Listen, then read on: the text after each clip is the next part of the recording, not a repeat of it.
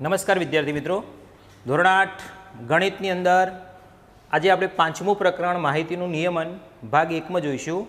હવે આ પ્રકરણ શીખવા માટે આપણી પાસે ગ્રાફ પોથી હોવી જરૂરી છે।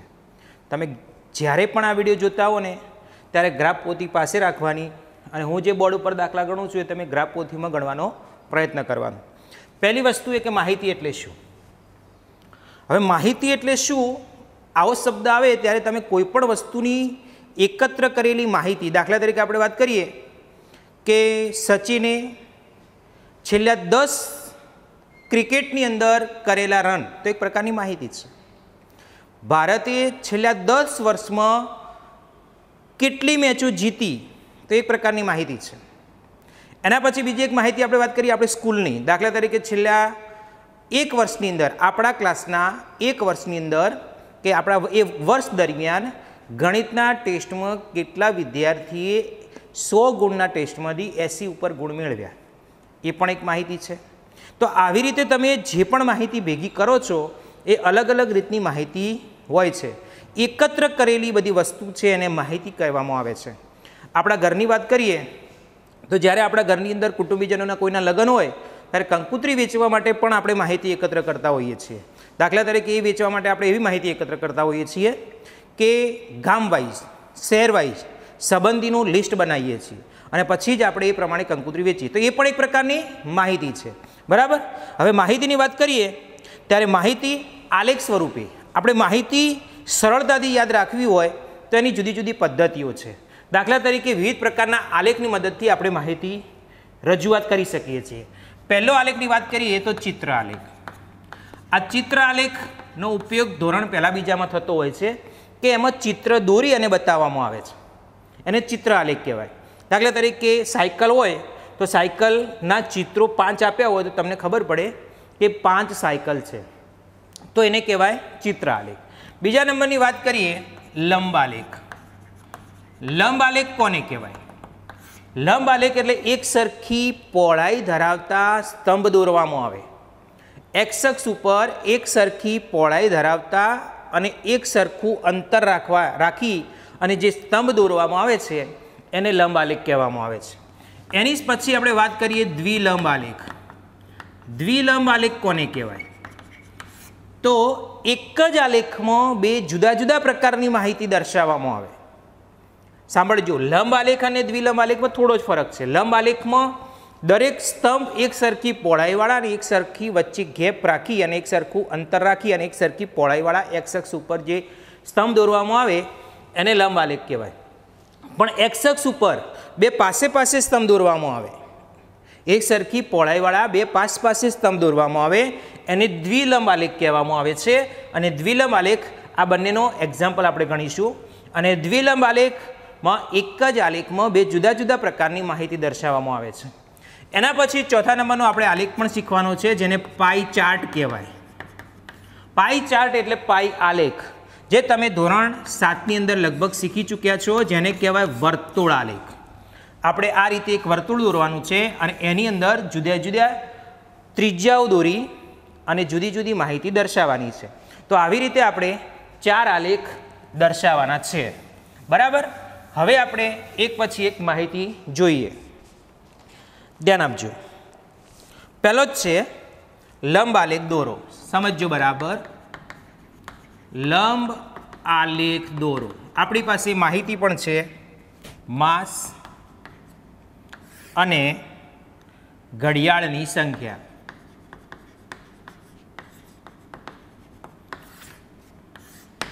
માસની અંદર જુલાઈ, જુલાઈમાં 1000 ઘડિયાળ વેચાયેલી। પછી ઓગસ્ટ, ઓગસ્ટની અંદર 1500 ઘડિયાળ વેચાઈ। એના પછી સપ્ટેમ્બર,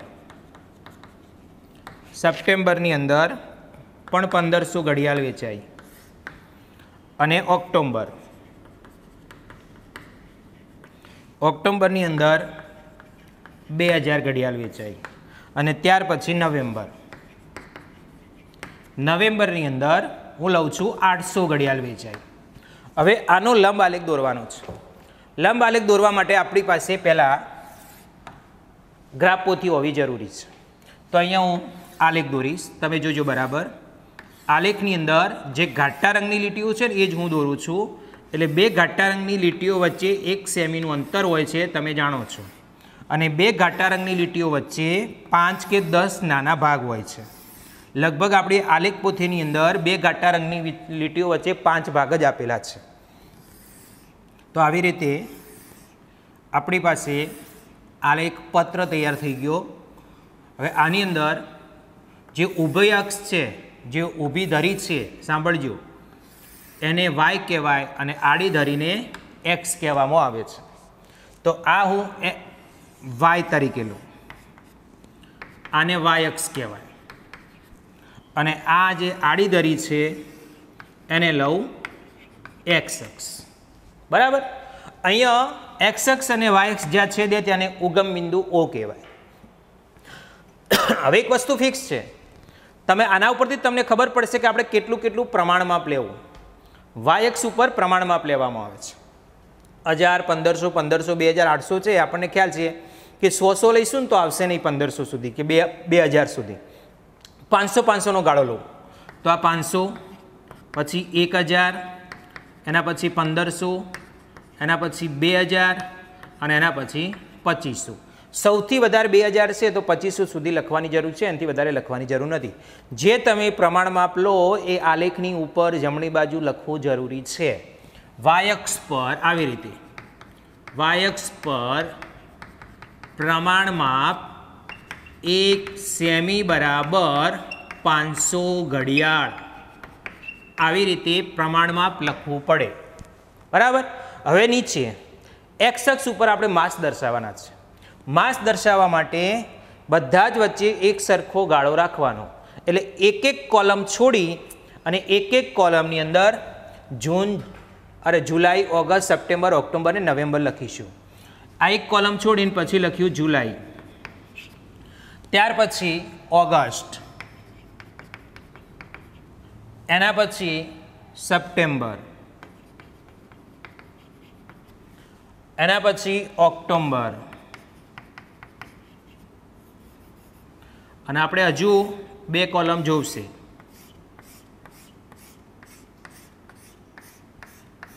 અને એના પછી નવેમ્બર. આવી રીતે લખી દીધું. આટલું કર્યા પછી હજુ આપણા આલેખમાં કેટલીક માહિતી ખૂટે છે. એ માહિતી ખૂટે કે તમે વાય અક્ષ ઉપર શું દર્શાવ્યું છે, તો વાય અક્ષ ઉપર ઘડિયાળની સંખ્યા.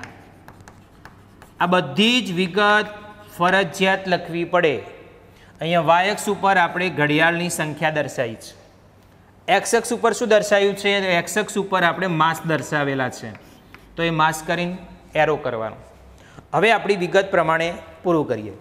દાખલા તરીકે જુલાઈમાં 1000, તો 1000 સુધી ઘાટા રંગ કરી આવી રીતે ઘાટી રેખા કરી દેવાની અને વચ્ચે એમાં કોઈ પણ પ્રકારની તમે ડિઝાઇન કરી શકો. બરાબર. દાખલા તરીકે મેં આ પ્રમાણે કરી દીધી એટલે આપણને સ્તંભ ખબર પડી જાય.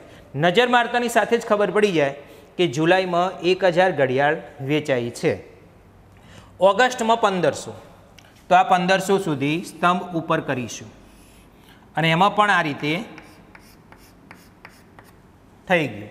બધામાં એક જ જેવી ડિઝાઇન કરવાની, કારણ કે એક જ વસ્તુ દર્શાવે છે ઘડિયાળની સંખ્યા એટલે. ત્યાર પછી સપ્ટેમ્બરમાં પણ 1500, તો આ સપ્ટેમ્બરમાં 1500 આ દર્શાવી દીધા. બરાબર. તો આ સપ્ટેમ્બરમાં. ત્યાર પછી ઓક્ટોબરમાં 2000, તો આ 2000 સુધી સ્તંભ ઉપર કરવાનો. આ બધા સ્તંભની પહોળાઈ એક સરખી છે. એનું કારણ એ છે કે આલેખપત્રની અંદર બે ઘાટા રંગની લીટીઓ વચ્ચે 1 સેમી અંતર હોય છે. બધા વચ્ચે 1 સેમી અંતર હોય છે. બધા વચ્ચે અંતર પણ સરખું છે અને એમની પહોળાઈ પણ સરખી છે. બરાબર. અને આ તમને લંબચોરસ સ્તંભ દેખાય છે. નવેમ્બરમાં 800. હવે 800 કેવી રીતે કરવું તમે ધ્યાન રાખજો. આપણી પાસે આવી રીતે અહીંયા 500 અને 1000, અહીંયા 0, અહીંયા 500 ને અહીંયા 1000 છે. બરાબર. આપણે 800 બતાવવા છે, તો 800 બતાવવા માટે આપણે અહીંયા અંદર નાની બીજી 4 લીટી હશે. 4 લીટી હોય ને એટલે 5 ખાના બને. જુઓ અહીંયા આ 500 કહેવાય, એક લીટી 600, 700, 800, 900 અને 1000. એટલે આપણે 800 બતાવવાના છે. 800 બતાવવાના આવે એટલે 500 ઉપર ત્રીજી લીટી લેવાની છે. બરાબર, 500 ઉપર ત્રીજી લીટી એટલે કે પહેલી, બીજી, ત્રીજી, ચોથી, આ 4 મેં દોરી, તો એમાંથી આપણે ફક્ત ત્રીજી લીટી લઈશું એટલે એ 800 બતાવે આવી રીતે. બરાબર, હવે આટલું કર્યા પછી આપણી સરળતા ખાતર આપણે દરેક સ્તંભ ઉપર લખી દઈશું.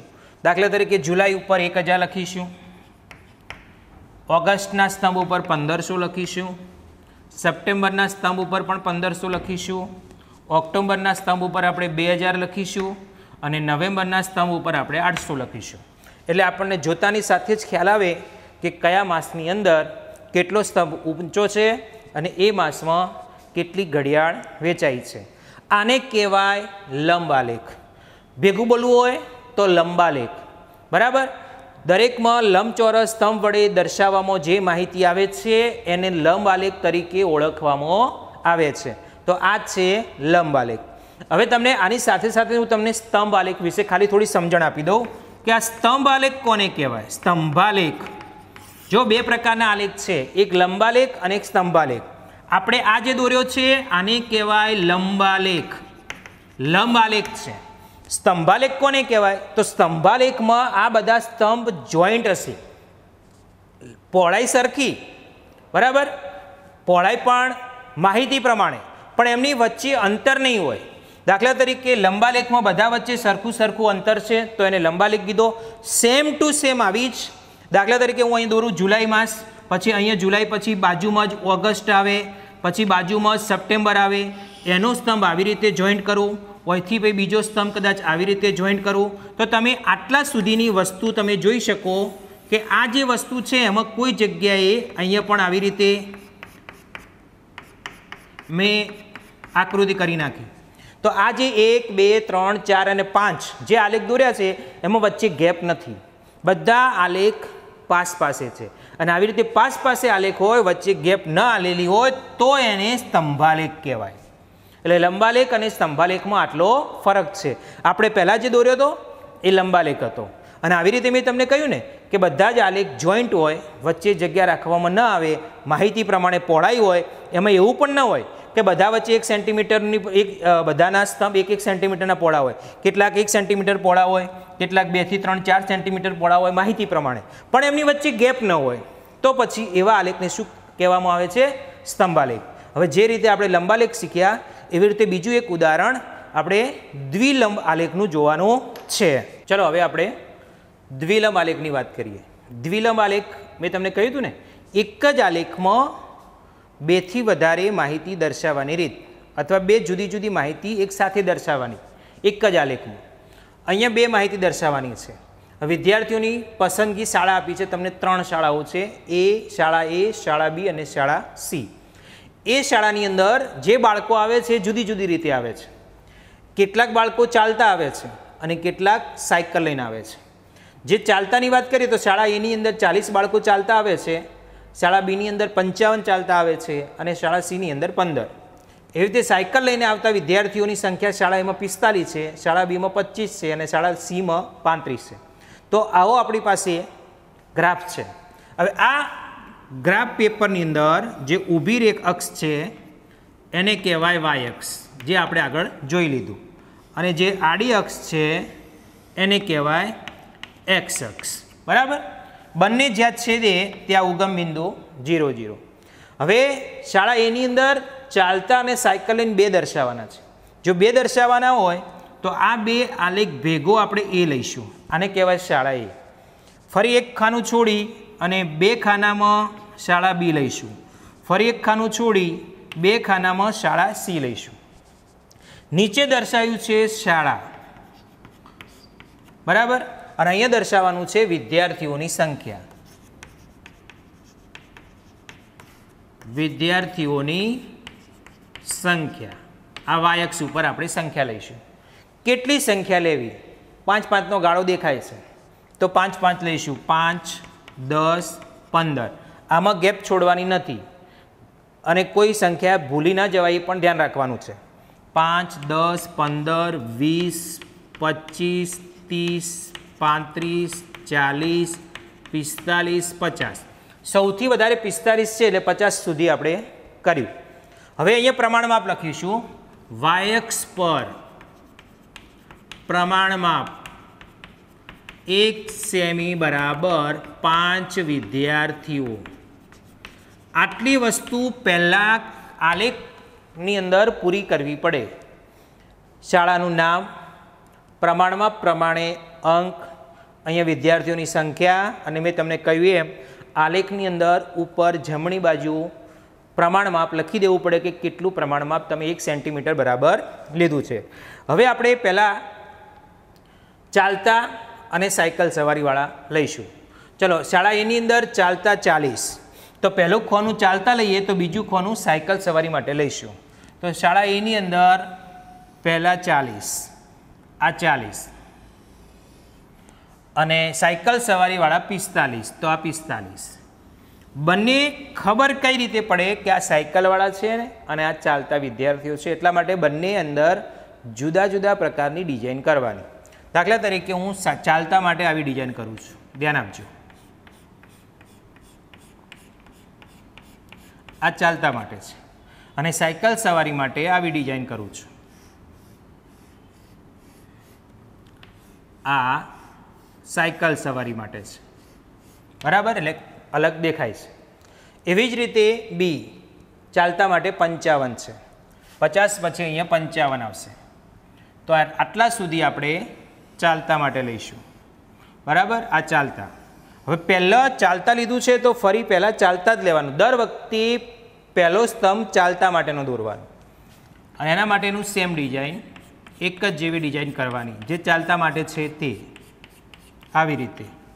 અને 25 સાયકલ સવારી આટલા સુધી, તો એની ડિઝાઇન આ રીતે. ત્યાર પછી શાળા સીની અંદર 15 અને 35, તો 15 સુધી, આ 15 સુધી ચાલતા છે અને 35 સુધી સાયકલ સવારી છે. તો આ 35ની ડિઝાઇન. આટલું કર્યા પછી આપણો આલેખ પૂરો નથી થયો. હજુ આપણે બતાવવાનું છે કે તમે કઈ માહિતી માટે કયા પ્રકારની ડિઝાઇન નક્કી કરેલી છે. તો અહીંયા ઉપર જ અહીંયા બતાવી દેવાનું, આવી રીતે એક કોલમની અંદર આવી રીતે ડિઝાઇન કરવાની, અને આમાં લખવાનું ચાલતા વિદ્યાર્થીઓ માટે. આ ચાલતા વિદ્યાર્થીઓ બતાવેલા છે, અને નીચે સેમ ફરી આ રીતે જે ડિઝાઇન કરેલી છે એ સાયકલ સવારી માટે, સાયકલ સવારી માટે. તો આ રીતે આલેખ દોર્યા પછી પણ આલેખની અંદર જે પ્રમાણે ડિઝાઇન કરેલી છે એ ડિઝાઇન બતાવવી જરૂરી છે. હવે આપણે આગળ માહિતીની ગોઠવણી વિશે જોઈશું. તો આ રીતે લંબ આલેખ અને દ્વિલંબ આલેખ દોરી શકાય કે એક જ માહિતી, એક જ આલેખની અંદર બે જુદા જુદા પ્રકારની માહિતી મેં દર્શાવી છે, ચાલતાવાળી અને સાયકલ સવારીવાળી, અને બે સ્તંભ ભેગા છે, તો આને કહેવાય દ્વિલંબ આલેખ. હવે આપણે આગળ જોઈએ માહિતીનું વર્ગીકરણ.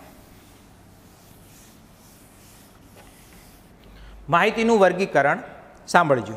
પહેલા તો પ્રશ્ન છે અવલોકન એટલે શું? અવલોકન, અવલોકન કોને કહેવાય? તો અવલોકન એટલે કોઈ પણ એકમ કે વસ્તુ સાથે સંકળાયેલ ચલના લક્ષણના માપને અવલોકન કહેવાય. કોઈ પણ એકમ કે વસ્તુ સાથે, સમજો બરાબર, કોઈ પણ એકમ કે વસ્તુ સાથે સંકળાયેલા ચલના માપને અવલોકન કહે છે. આને અવલોકન કહેવાય. કોઈ પણ વસ્તુ કે એકમ સાથે સંકળાયેલા ચલ હોય, ચલ એટલે એબીસીડીનો કોઈ પણ અક્ષર, એની સાથે ચલના જે લક્ષણના માપ છે એ માપને શું કહેવામાં આવે છે? અવલોકન કહેવામાં આવે છે. એના પછી બીજી વાત કરીએ કે તમે જે માહિતી એકઠી કરો છો તો માહિતી કોને કહેવાય? તો માહિતી એટલે અવલોકનોના સમૂહને માહિતી કહેવાય. આજ બધા અવલોકનો ભેગા કરો છો તમે, તો એ અવલોકનોના સમૂહને શું કહેવામાં આવે છે? માહિતી. તો અવલોકનોના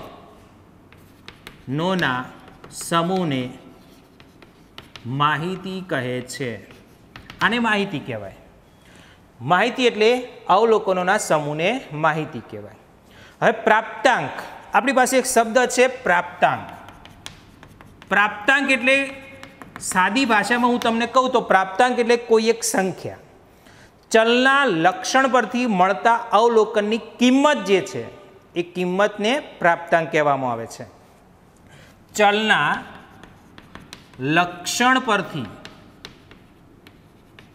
સાંભળજો બરાબર, ચલના લક્ષણ પરથી મળતા અવલોકનની કિંમતને, મળતા અવલોકનની કિંમતને પ્રાપ્તાંક કહે છે. પ્રાપ્તાંક એટલે કોઈ એક સંખ્યા, સંખ્યાને પ્રાપ્તાંક તરીકે ઓળખવામાં આવે છે. એના પછી આવે છે વિસ્તાર. વિસ્તાર કોને કહેવાય? તો તમે જે પ્રાપ્તાંકો ભેગા કર્યા છે એ બધા પ્રાપ્તાંકો ભેગા થાય એટલે એક અવલોકનોનો સમૂહ બને, સમૂહને માહિતી કહેવાય. પણ વિસ્તાર એટલે જે પ્રાપ્તાંકો ભેગા કર્યા છે એમાંથી મહત્તમ પ્રાપ્તાંક, શબ્દ સાંભળજો બરાબર, મહત્તમ એટલે મોટામાં મોટું, મહત્તમ પ્રાપ્તાંક અને લઘુત્તમ પ્રાપ્તાંક. લઘુત્તમ એટલે નાનામાં નાનું. મહત્તમ પ્રાપ્તાંક અને લઘુત્તમ પ્રાપ્તાંકના તફાવતને વિસ્તાર કહેવામાં આવે છે. અને વિસ્તાર માટેનું સૂત્ર છે, આ વિસ્તારની વ્યાખ્યા છે, આ બધી વ્યાખ્યાઓ છે, આ બધી જ વ્યાખ્યાઓ ચારે ચાર. વિસ્તાર એટલે મહત્તમ પ્રાપ્તાંક અને લઘુત્તમ પ્રાપ્તાંકના તફાવતને વિસ્તાર કહેવાય. પણ વિસ્તાર શોધવો હોય તો પ્રાપ્તાંકને પહેલાં ચડતા ક્રમમાં ગોઠવી દેવાનું. ચડતા ક્રમમાં ના ગોઠવો ને તો વિસ્તાર શોધી શકાય, પણ આપણી સરળતા ખાતર ચડતા ક્રમમાં ગોઠવી દેવાનું. અને ચડતા ક્રમમાં ગોઠવ્યા પછી વિસ્તાર માટેનું સૂત્ર છે મહત્તમ પ્રાપ્તાંક માઇનસ લઘુત્તમ પ્રાપ્તાંક. ત્યારે આપણને મળે છે માહિતીનો વિસ્તાર. માહિતીનો વિસ્તાર શોધવાનું કે માહિતી કેટલી વિસ્તારમાં છે, તો સૌથી મહત્તમ પ્રાપ્તાંક અને સૌથી લઘુત્તમ પ્રાપ્તાંક એટલે મોટામાં મોટું અને નાનામાં નાનું જે આપણી પાસે જે કિંમત છે અવલોકનોના સમૂહની અંદર, જેને પ્રાપ્તાંક કહેવાય છે, જે સંખ્યા છે એનો તફાવત લઈ લેવાનો, એટલી માહિતીનો વિસ્તાર કહેવાય. બરાબર. ત્યાર પછી જોઈશું કે આ જે માહિતી છે એ કેટલા પ્રકારની છે. તો એ જાણવા માટે આપણને ખબર હોવી જોઈએ કે માહિતી બે પ્રકારની હોય છે. માહિતી બે પ્રકારની હોય. એક સંખ્યાત્મક માહિતી, એક સંખ્યાત્મક માહિતી અને બીજું છે ગુણાત્મક માહિતી. સંખ્યાત્મક માહિતી એટલે આંકડાકીય માહિતી કહેવાય, સંખ્યાઓ ભેગા કરવાની જે માહિતી એ સંખ્યાત્મક માહિતી કહેવાય. ગુણાત્મક એટલે વસ્તુના ગુણધર્મને આધારે જે માહિતી ભેગી કરવામાં આવે એને ગુણાત્મક માહિતી કહેવામાં આવે છે. બરાબર. હવે માહિતી ભેગી કર્યા પછી આપણે એક વર્ગીકરણ કરવાનો પ્રશ્ન થયો કે કદાચ વર્ગીકરણ કરવું હોય તો વર્ગીકરણ એટલે શું? જુદી જુદી પ્રકારની માહિતી ભેગી કરી છે તો એનું વર્ગીકરણ એટલે શું?